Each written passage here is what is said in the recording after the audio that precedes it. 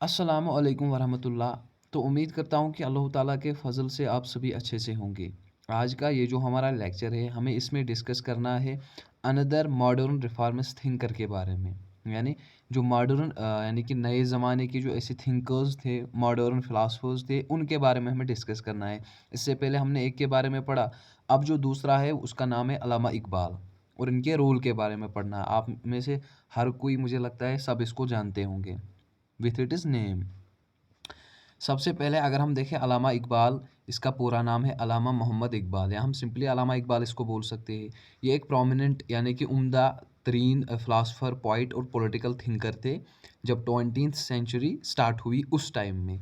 और इनका रोल क्या रहा है, इन्होंने पॉलिटिकल और इंटेलेक्चुअल लैंडस्केप में मुस्लिम वर्ल्ड के अंदर एक नई शेप प्रोवाइड की, यानी कि उसमें उसको इन्फ्लुएंस किया मुस्लिम वर्ल्ड के अंदर, यहाँ की पॉलिटिकल, सोशल ओवरऑल हर किसी साइड से हर एक कंडीशन उसको नई शेप प्रोवाइड की। ज़्यादातर अगर हम देखें, इनका रोल रहा है इंडिया में, यानी कि इंडिया कंट्री में। और यहाँ पर इसके रिलेटेड कुछ की कंपोनेंट्स है जिससे हमें ये देखने को मिलेगा कि इस अलामा इकबाल का रोल क्या कैसे रहा है, इन्होंने कौन कौन सी कंट्रीब्यूशंस की है और इनकी टीचिंग्स में हमें क्या क्या देखने को मिलता है। किनकी? अलामा इकबाल की। सबसे पहले अगर हम स्टार्ट करें इनकी पोइट्री और फ़िलासफ़ी। पोइट्री सिंपली जो इन्हें पोइट्री लिखी होगी, और फ़िलासफ़ी फ़लसफ़ा जो भी इन्होंने लिखा होगा, उसमें अगर हम देखें, इनको कहा जाता है कि ये बहुत ही प्रोमिनेंट उर्दू और पर्शियन पोएट थे। यानी कि ये उर्दू में भी अपनी शायरी करते थे और पर्शियन लैंग्वेज में भी। और इनकी थी शायरी थी, उसका ज़्यादा इम्पैक्ट पड़ा है किस पर? फ़िलासफ़िकल स्पिरिचुअल थीम्स पर। फ़िलासफ़िकल या स्पिरिचुअल थीम्स, यानी कि हमारे इनर प्योरिफिकेशन, जिसमें ज़्यादा ज़ोर देखने को मिलता है सेल्फ रियलाइजेशन। एक इंडिविजुअल को चाहिए वो सबसे पहले अपने आप को समझे, और जिसमें इस्लामिक थॉट में इस चीज़ का भी कंसेप्ट दिया गया है कि एक इंसान को सबसे पहले खुद को समझना चाहिए। और इनकी जो ये पोइट्री थी, बहुत सारे लोगों के लिए ये एक इंस्पायरेशन भी बन गई थी।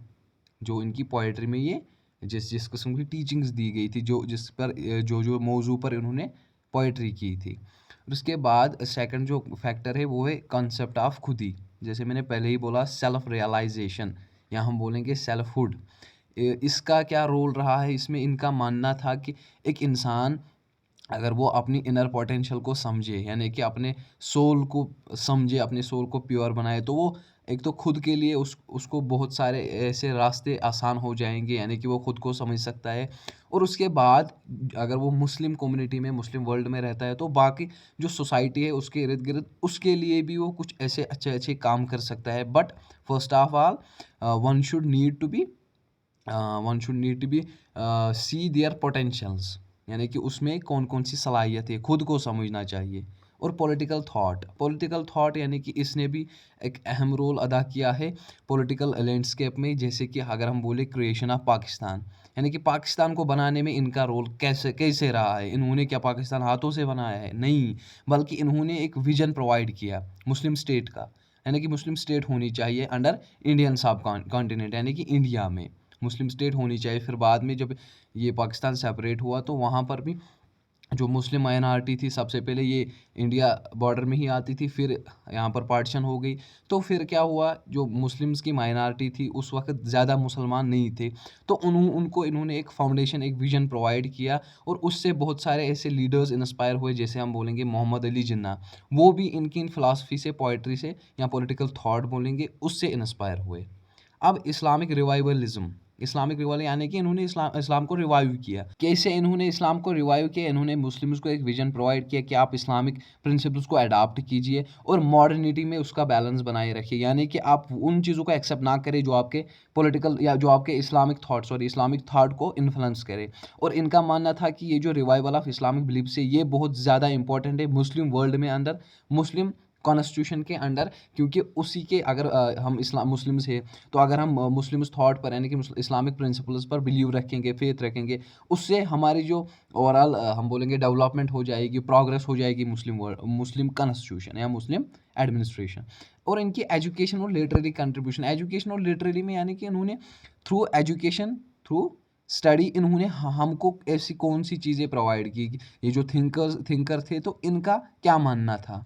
इनकी एजुकेशन में अगर हम देखें, इन्होंने एजुकेशनली भी बहुत ज़्यादा कंट्रीब्यूट किया है रिफॉर्म्स में।